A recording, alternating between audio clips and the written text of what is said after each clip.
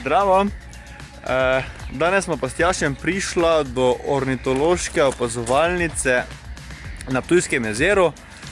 Če ste kdaj na Ptuju s kolesom ali pa se vam peš ljubi okrog jezera, se ustavite, saj so otoki ob jezeru polni ptic in zelo zanimivi! Jej, zelo je pestro.